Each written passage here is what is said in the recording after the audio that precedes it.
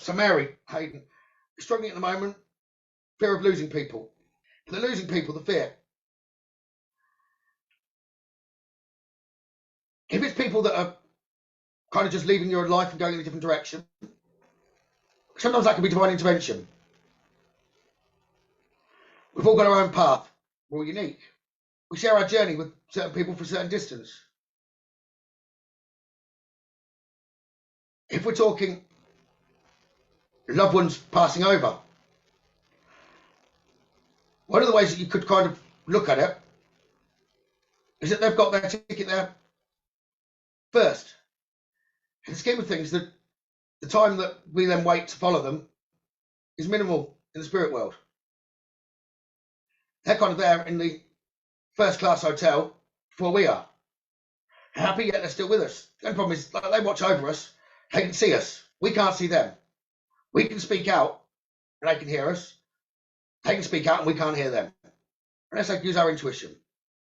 So they're there somewhere first. They wait for us. So you've not really lost them. They're not leaving your life. They're still around. They're changing form. They're ascending. Sometimes it's very hard to kind of not be selfish. We can be selfish and want them to stay. Yeah, you might think that's a bit harsh saying it that way, but if someone's poorly and in that instance, it's a bit different if they're passing the younger. And that shouldn't be. If they're poorly or suffering, it's much easier for them if they know that we're happy with them going without pain to go. But it can be one of the hardest conversations that you ever have in your life. So the fear, how are you going to cope without them? Shouldn't be a fear. They can probably help and influence you a little bit more than they can when if they were still here. They can come closer. They can get into your intuition, whether you know that they're there or not.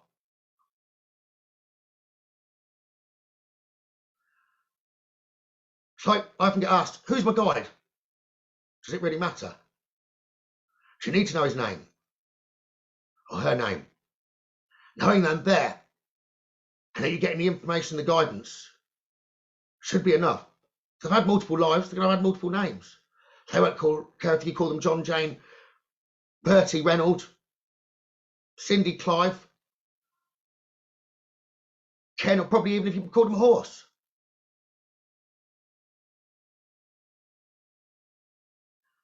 The importance is knowing they're there. So at times we've all got more than one spirit in the spirit world.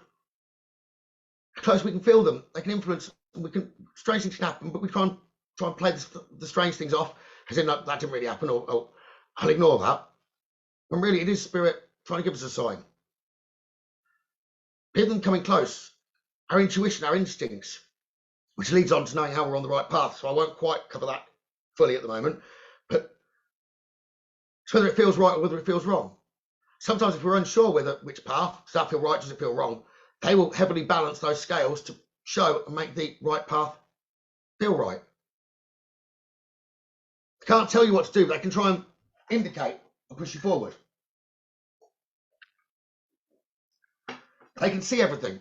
So you might be needing that decision to something you'd never tell your parents if you're thinking of your parents. You'd never ask them for that advice because you wouldn't want them to know what you were doing. But if they're in spirit, they already know what you're doing and they're there and they'll still give you that guidance. So in some ways you get more guidance than you had before. If you can see it that way and know that way that they're with you, the more you believe that they're with you as well. I always say with anyone developing intention, faith and belief. Especially with regard to spirit, if you've got the faith and the belief that they're with you, that's an energy they can feed off. They can do more. They can show you they're around more.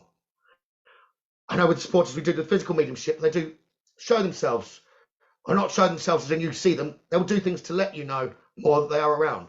The more practice they get at that, the more they can do it, even when we're not in a circle pushing the energy towards them.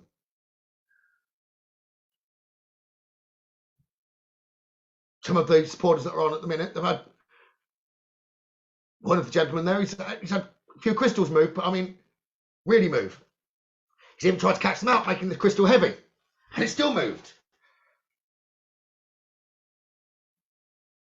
Cat balls going off, they've felt hands touching them, cupboards lift up, like stuff that most people wouldn't. It's either kept behind closed doors or isn't really given. So having the faith, but losing people coming off our path, going in a different direction. We've not lost them. We've experienced a lovely journey with them. So what we've gained is great memories. No physical item we can take with us when we leave, but we can take great memories with us. And if you're meeting back up with them anyway, that's valuable. They're just ahead of us. They've caught the first plane. So you can think of that. That should help you